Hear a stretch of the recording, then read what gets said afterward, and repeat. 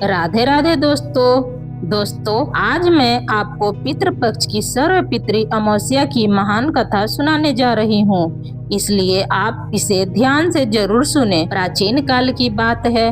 पितृपक्ष के अवसर पर एक जिज्ञासु ब्राह्मण के मन में अनेक प्रश्न उठे। आखिरकार पितृपक्ष का क्या महत्व है? श्राद्ध और तर्पण क्यों किया जाता है? पूर्वजों की आत्माओं को शांति देने के यह कर्मकांड क्यों आवश्यक है? इन्हीं प्रश्नों के उत्तर पाने के लिए उस ब्राह्मण ने ध्यान पूर्वक होकर धर्मराज यम का आवाहन किया। उसकी सच्ची श्रद्धा और जिज्ञासा को देखकर यमराज प्रकट हुए। ब्राह्मण ने आदर पूर्वक यमराज को प्रणाम किया और विनम्र स्वर में पूछा, हे धर्मराज, कृपया बताइए, पितृपक्ष का इतना अधिक महत्व क्यों है? हम पितरों का श्राद्ध और तर्पण क्यों करते हैं? क्या वास्तव में इन क्रियाओं से हमारे पूर्वजों को शांति मिलती है? यमराज ने गंभीर किंतु करुणामय स्वर में उत्तर दिया, हे ब्राह्मण, तुमने अत्यंत ही महत्वपूर्ण प्रश्न पूछा है। पितृपक्ष पूर्वजों को समर्पित वह पावन काल है जब संतान अपने पितरों के प्रति कृतज्ञता व्यक्त करती है। श्राद्ध और तर्पण के द्वारा ही उन्हें तृप्ति और मुक्ति प्रदान की जाती है। इसके महत्व को भली भांति समझाने के लिए मैं तुम्हें एक प्राचीन कथा सुनाता हूँ। ध्यान पूर्वक सुनो। यह कथा गरुड़ पुराण में वर्णित है और पितृपक्ष के महात्मा को उजागर करती है। जो भी मनुष्य इस कथा को ध्यान पूर्वक सुनता है, उसके मन 32 अपराध माफ कर देता है। ऐसे मनुष्य को कभी दुर्गति नहीं होती। उसके पितृ उससे संतुष्ट होते हैं और लंबी आयु तथा धन्य धनाय प्रदान करते हैं। इसलिए हे ब्राह्मण, तुम इस कथा को ध्यान से सुनो। यमराज इतना कहकर उस ब्राह्मण को एक प्राचीन घटना सुनाने लगे। प्राचीन काल में मध्य प्रदेश देश में धन शर्मा नाम का एक पुण्यात्मा ब्राह्मण रहते थे। वे सत्यनिष्ठ, सदाचारी और वेद शास्त्रों के गहन ज्ञाता थे। उनके स्वभाव में पाप का लेश मात्र भी नहीं था। भगवान विष्णु में उनकी गहरी आस्था थी और वे प्रतिदिन नियम पूर्वक पूजा पाठ करते थे। एक दिन की बात है, श्रावण की वर्षा ऋतु बीत चुकी थी और भाद्रपद मास चल रहा था। धन शर्मा श्राद्ध के दिन आवश्यक कुशा, पवित्र घास और अन्य सामग्री लेने पास के एक घने वन में गए। दोपहर का समय था और वन में दूर दूर तक सन्नाटा पसरा था। केवल पत्तों की सरसराहट और कुछ पक्षियों की आवाजें सुनाई पड़ रही थी। धन शर्मा मन ही मन मंत्रों का जाप करते हुए निर्भय भाव से जंगल में आगे बढ़ रहे थे। धन शर्मा वन में कुछ एकत्र कर ही रहे थे कि अचानक उनकी दृष्टि एक अद्भुत किंतु भयावह दृश्य पर पड़ी। सामने कुछ ही दूरी पर विशाल वृक्ष के नीचे 3 आकृतियां खड़ी थीं। पहले तो धन शर्मा को विश्वास नहीं हुआ। वे 3 मानवकृति कैसे प्राणी थे? मानवकृति जैसे प्राणी थे, परंतु उनके स्वरूप बड़े भयंकर थे। वे वास्तव में 3 महाप्रेत थे, जिनका रूप देखकर सामान्य मनुष्य भय से मूर्छित हो जाता। धन शर्मा ने उन प्रेतों को ध्यान से देखा। उनके केस बिखरे और सीधे ऊपर को खड़े थे, मानो वर्षों से संवारे न गए हों। उनकी आंखें अंगारों जैसी लाल चमक रही थी। दांत काले और लंबे दिखाई दे रहे थे, नुकीले जैसी किसी उंगली पशु के हो। तीनों के शरीर अत्यंत कृश और मरियल थे। पेट पीठ से लगा हुआ सिर्फ हड्डियां का ढांचा जैसे बचा हो। उनकी नसें उभरी हुई थी और वे पीड़ा में जान पड़ते थे। धन शर्मा ने इतने भयानक प्राणियों को एक साथ पहले कभी नहीं देखा था, परंतु आश्चर्य की बात यह थी कि इतने भयंकर दृश्य के बावजूद भी धन शर्मा तनिक भी भयभीत नहीं हुए। उनके मन में ईश्वर का दिव्य आश्रय था और सत्य पर दृढ़ से अड़ित विश्वास था। उन्होंने अपने भीतर साहस और संयोग और आगे बढ़कर उन प्रेतों से बात करने का निश्चय किया। धन्य शर्मा धीमे कदमों से उनके निकट गए। तीनों प्रेत ने उसे देखा और एक क्षण को मानो अचरज से स्थिर हो गए कि एक साधारण मानव उनकी ओर निर्भय होकर आ रहा है। धन्य शर्मा ने पूछा, तुम लोग कौन हो? तुम्हारी यह नारकीय अवस्था कैसे हुई है? तुम्हें इस भयंकर योनि में कौन सा कर्म ले आया है? एक पल को तीनों प्रेत चुप रहे। उनके गले में मानो घुटी घुटी सी आवाज निकल रही थी। धन शर्मा ने अपना परिचय देते हुए कहा, मैं एक ब्राह्मण हूँ और भगवान विष्णु का दास हूँ। मैं तुम लोगों को देखकर चिंतित हूँ। मैं भय से व्याकुल और दुखी हूँ, किंतु साथ ही मैं दया का पात्र भी हूँ। मेरी रक्षा करो। अगर तुम लोग मुझ पर कृपा करोगे और मेरी रक्षा करोगे तो भगवान विष्णु तुमसे प्रसन्न होंगे और तुम सबका भी कल्याण करेंगे। धन शर्मा पूरी श्रद्धा से बोलते जा रहे थे, भगवान विष्णु बड़े दयालु हैं। वे ब्राह्मणों की ही तैसी हैं। जो भी भक्तों पर दया करता है विष्णु उस पर अनुग्रह करते हैं। श्री हरि की महिमा अपरंपार है। उनका श्याम वर्ण अलसी के फूल के समान नीला है। वे पीताम्बर धारण करते हैं। उनके नाम के श्रवण मात्र से ही सारे पाप नष्ट हो जाते हैं। वे अनादि हैं और न अनंत हैं। शंख चक्र और गदा धारण करने वाले अविनाशी भगवान हैं। उनके नेत्र कमल के समान सुंदर हैं और वे प्रेत आत्माओं तक को मोक्ष प्रदान करने की शक्ति रखते हैं। यमराज ने ब्राह्मण को कथा सुनाते हुए कहा, हे ब्राह्मण, जैसे ही धन शर्मा के मुख से भगवान विष्णु का पवित्र नाम निकला, वैसे ही उन 50 रूपी प्रेतों के हृदय में आश्चर्यजनक परिवर्तन होने लगा। अब तक क्रोध और पीड़ा से भरे जो प्रेत धन शर्मा के सामने खड़े थे, वे विष्णु के नाम के प्रभाव से संतुष्ट होकर शांत होने लगे। उनके विकराल चेहरे का भाव बदल गए। जो आंखें क्रोध से लाल थीं, उनमें अब कोमलता झलकने लगी। जो रूखे शरीर दया भाव से विहीन थे, उनमें अब करुणा और उदारता का संचार होने लगा। वासुदेव श्री हरि के नाम मात्र से उनके हृदय पवित्र हो गए। धन्य शर्मा के भक्ति भरे वचनों से उन प्रेतों की अभिभूति कर दी। धीरे धीरे तीनों प्रेत के चेहरे पर प्रसन्नता छा गई। प्रसन्नता की छाया दिखाई देने लगी। ऐसे प्रतीत हुआ मानो एक ठंडी शांत लहर उन आत्माओं पर बह चली हो। फिर वो प्रेत माननीय वाणी में बात करने लगे। उनमें से एक प्रेत ने कहा, हे विप्र, केवल तुम्हारे दर्शन मात्र से और भगवान श्री हरि का नाम सुनने से हमारा हृदय का भाव क्षण भर में बदल गया।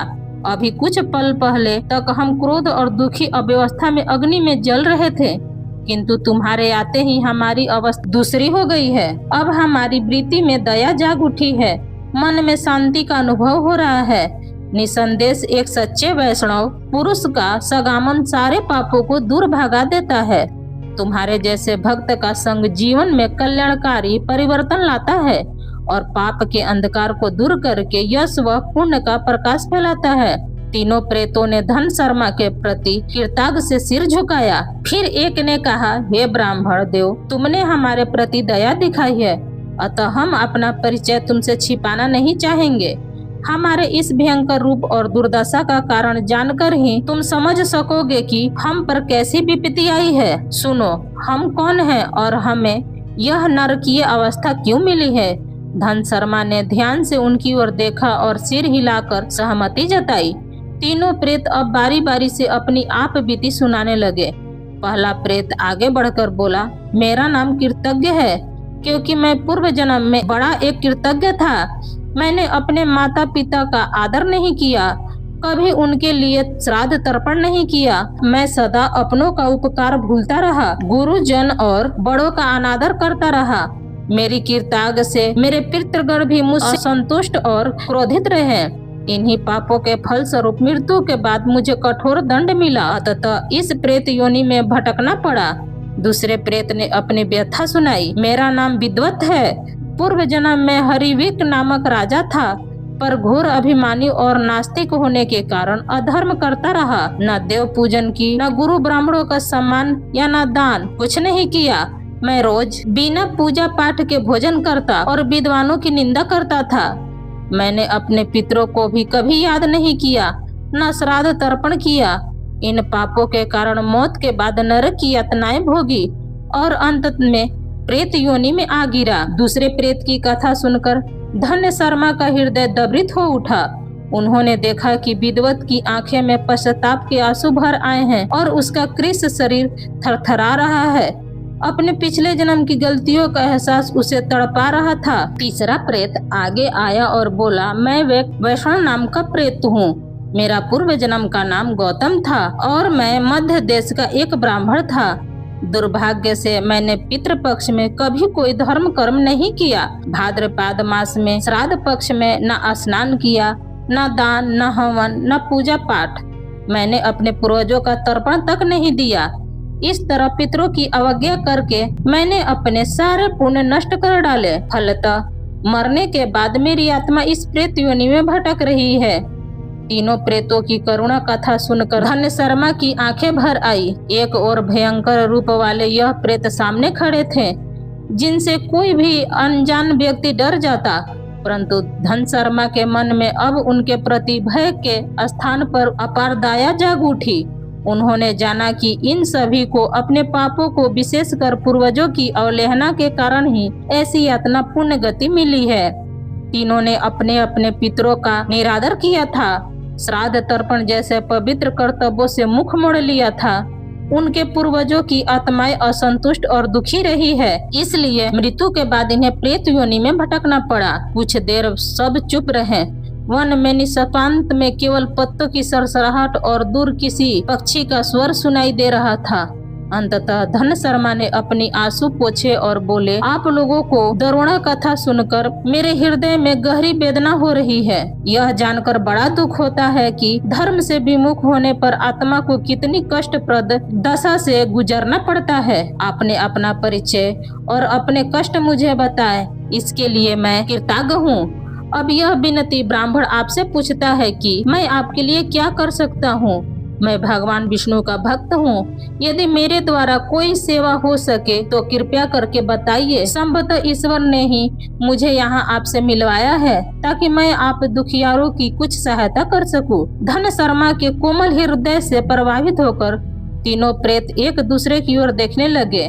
फिर तीसरे प्रेत गौतम ने आगे बढ़कर हाथ जोड़ते हुए कहा, हे सदाशय ब्राह्मण, तुम्हारी दयालुता के लिए हम आभारी हैं। सच में हम चाहते हैं कि हमारा उद्धार हो जाए, यह यातना भरे प्रेत जीवन से हमें मुक्ति मिल जाए। परंतु हमारा पाप इतना भारी है कि अपने बल पर हम इससे छुटकारा नहीं पा सकते हैं। कुछ क्षण रुककर प्रेत गौतम ने कहा, मेरे पास एक उपाय है, किंतु उसमें तुम्हारी सहायता चाहिए। सुनो, मेरा एक पुत्र है जो पृथ्वी लोक पर अभी भी जीवित है। वह धर्मशीली और श्रद्धा आदि विधान को जानता है। यदि उसे हमारी इस दुर्दशा का पता चल जाए तो वो अवश्य ही हमारा उद्धार करने का प्रयास करेगा। मेरे उस पुत्र का नाम धन्य शर्मा है। हे दया पुरुष, तुम कृपया करके उसके पास जाकर हमारी यह दशा उसे बताना और समझाना कि हमारे लिए क्या करना आवश्यक है। हमारे लिए इतना परिश्रम कर दो। परोपकार का फल यज्ञ, दान और तप से भी बढ़कर होता है। मुझे विश्वास है मेरा पुत्र मेरा तारणहार बनेगा, किंतु किसी को तो उसे बताना होगा कि उसके पितृ की क्या अवस्था है। तुम विद्वान हो, कृपालु हो, मेरी बात अवश्य मानोगे। हमारा कार्य पूरा कर दो। धन्य शर्मा यह सब चुपचाप सुन रहे थे। ऐसे ही प्रेत गौतम के मुख से उसके पुत्र का नाम निकला। धन्य शर्मा का हृदय जोर से धड़क उठा। उन्होंने पूछा, स्वामी, क्या आपका पुत्र धन शर्मा ही है? प्रेत वैष्णव बोला, हाँ, मेरा पुत्र का यही नाम है। वह मेरा इकलौता पुत्र है। शायद अब तक मुझे भूल चुका होगा या उसे पता भी नहीं होगा कि उसके पिता की आत्मा किस दुर्गति में भटक रही है। धन शर्मा से अब रहा न गया। वे भाव विलाप होकर प्रेत के चरणों में गिर पड़ा और रोते हुए बोला, पिताजी, मैं ही आपका पुत्र धन शर्मा हूँ। मैं इतना अभागा हूँ, आपको पहचाना नहीं और आपका कष्ट दूर नहीं कर पाया। पुत्र होकर भी आपके काम न आ सका, इससे बड़ा पाप कुछ नहीं। कृपया करके मुझे क्षमा करे। यह सुनकर प्रेत गौतम की आंखों में भी आंसू भर आए। वे विस्मित और आनंदित होकर बोला, वस्त, तुम सचमुच मेरे पुत्र हो। निश्चय ही भगवान ने तुम्हें हमारी मुक्ति का साधन बनाकर भेजा है। फिर गौतम ने गहरी सांस लेकर कहा, बेटा का विलाप छोड़ो। ईश्वर की कृपा से तुम्हें हमारा उद्धार करना है। मैं तुम्हें बताता हूँ कि तुम्हें क्या करना चाहिए। प्रेत गौतम ने कहा, पितृपक्ष की अमावस्या के दिन विधि पूर्वक श्राद्ध कर्म करना। पवित्र नदी में स्नान करके संकल्प लो। फिर हमारे नाम से पिंडदान और तीर्थांजलि अर्पित करो। आदर पूर्वक 10 ब्राह्मणों को स्वादिष्ट भोजन करवाना, विशेष मीठी खीर का प्रसाद देकर उन्हें तृप्त करना, अंत में श्राद्ध पूर्वक दान दक्षिणा देना, 7 मिट्टी के घड़ों को स्वच्छ जल भरकर पितरों के नाम पर दान करना। ऐसा करने से हमारी 7 पीढ़ियों तक की पितृ तृप्त होकर मुक्त हो जाएंगे। अपने सामर्थ्य अनुसार गौ दान, अन्न दान तथा वस्त्र दान भी करना, जिससे तुम्हारा पुण्य बढ़ेगा और हमारी मुक्ति का मार्ग प्रस्थान होगा। धन्य शर्मा ने सिर झुकाकर कहा, पिताजी आपके आज्ञा अनुसार मैं पूरा प्रयास करूंगा, आपकी कृपा से अवश्य ही सफलता मिलेगी। धन्य शर्मा ने तीनों प्रेतों की ओर कर्तव्य भाव से देखा। उन्होंने हाथ जोड़कर अपने पिता तथा दोनों अन्य प्रेतों को प्रणाम किया और दृढ़ स्वर में कहा, मैं अभी जाता हूँ और पूरी तैयारी करता हूँ। अगली अमावस्या आने ही वाली है। मैं श्राद्ध क्रम में कोई कसर नहीं छोड़ूंगा। आप सब अपनी कृपा बनाए रखें और मुझे आशीर्वाद दे कि मैं सफल हूँ। धन्य शर्मा ने तुरंत अपने घर लौटकर श्राद्ध की तैयारी शुरू कर दी। नियत तिथि पर पितृपक्ष की अमावस्या की सुबह वे पवित्र नदी में स्नान करके सूर्य को अर्घ्य तथा पितरों के लिए श्रद्धांजलि अर्पित कराए। फिर घर में विधि विधान से श्राद्ध कर्म किए। उन्होंने अपने पिता, पितामह आदि पितरों के निमित्त श्राद्ध पूर्वक पिंडदान किया और जल तर्पण दिया। इसके बाद आदर पूर्वक 10 ब्राह्मणों को खीर समेत पौष्टिक भोजन कराया तथा दक्षिणा प्रदान की। अंत में 7 मिट्टी के घड़े पानी भरकर पितरों के नाम पर दान दिए। साथ ही आवश्यक वस्तुओं का दान दक्षिणा भी किया। धन्य शर्मा ने पूरे मनोयोग से प्रार्थना की कि उसके पितृ तृप्त हो और वो उन्हें मुक्ति प्राप्त हो। श्राद्ध क्रम संपन्न होने के बाद धन्य शर्मा के मन में आशा की एक किरण जागी कि अब उनके प्रेत आत्माओं को शांति मिल जाएगी। उसी संध्या काल में वह पुनः उस घने वन की ओर चल पड़े जहां उनकी भेंट उन तीनों प्रेतों से हुई थी। उस संध्या धन्य शर्मा फिर उसी स्थान पर पहुँचे। उन्होंने देखा कि जिस पुराने वृक्ष के नीचे कल तक तीनों भयानक प्रेत खड़े थे, वहाँ अब दिव्य प्रकाश फैला हुआ है। उन प्रेतों के स्थान पर 3 दिव्य पुरुष खड़े थे। उनके चेहरे तेजस्वी और प्रसन्न थे। शरीर पर उजले रेशमी वस्त्र थे और गले में फूलों की माला झूल रही थी। धन्य शर्मा तुरंत समझ गए कि वह तीनों आत्माएं हैं, लेकिन अब वह प्रेत योनि के बंधन से मुक्त होकर दिव्य रूप में प्रकट हुई हैं। धन्य शर्मा भाव विभोर होकर निकट आए और हाथ जोड़ दिए। सबसे आगे स्वयं उनके पिता गौतम खड़े थे, जिनका रूप अब अत्यंत ही शांत और सम्य था। गौतम ने प्रेम पूर्वक हाथ बढ़ाकर पुत्र के सिर पर आशीष रखा।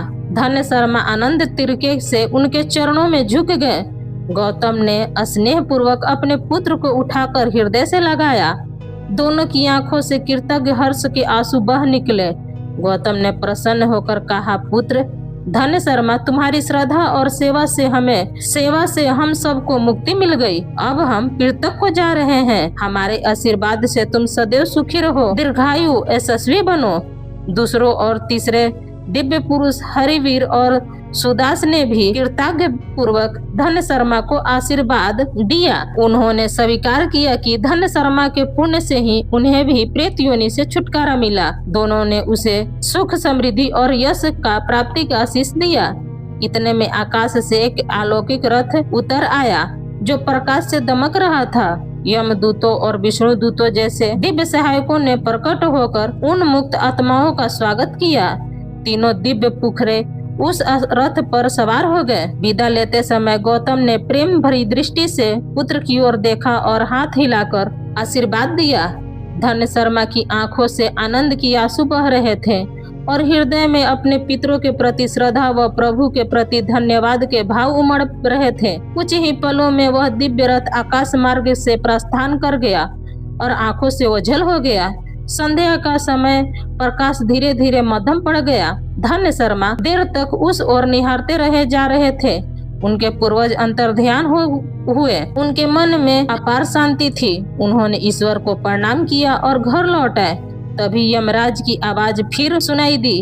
इस प्रकार हे ब्राह्मण, धन्य शर्मा ने अपने पिता सहित 3 पितृ शापित आत्माओं का उद्धार कर दिया।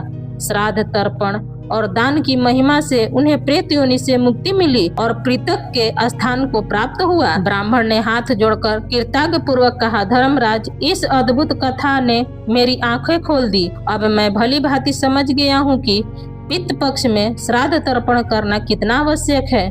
मैं वचन देता हूँ कि अपने पितरों के प्रति कभी उदासीन नहीं रहूंगा और सदैव श्रद्धा से उनका श्राद्ध करूंगा। यमराज ने प्रसन्न होकर आशीर्वाद दिया। तथास्तु। इस कथा को सुनकर पितृक्रम में जो भी अपने पितर को यह कथा सुनाएगा वो अवश्य ही प्रसन्न होंगे और उसे सुख समृद्धि का आशीर्वाद देंगे। इसके साथ ही धर्मराज यम अंतर्ध्यान हो गए। इस प्रकार पितृपक्ष की यह पावन कथा समाप्त होती है।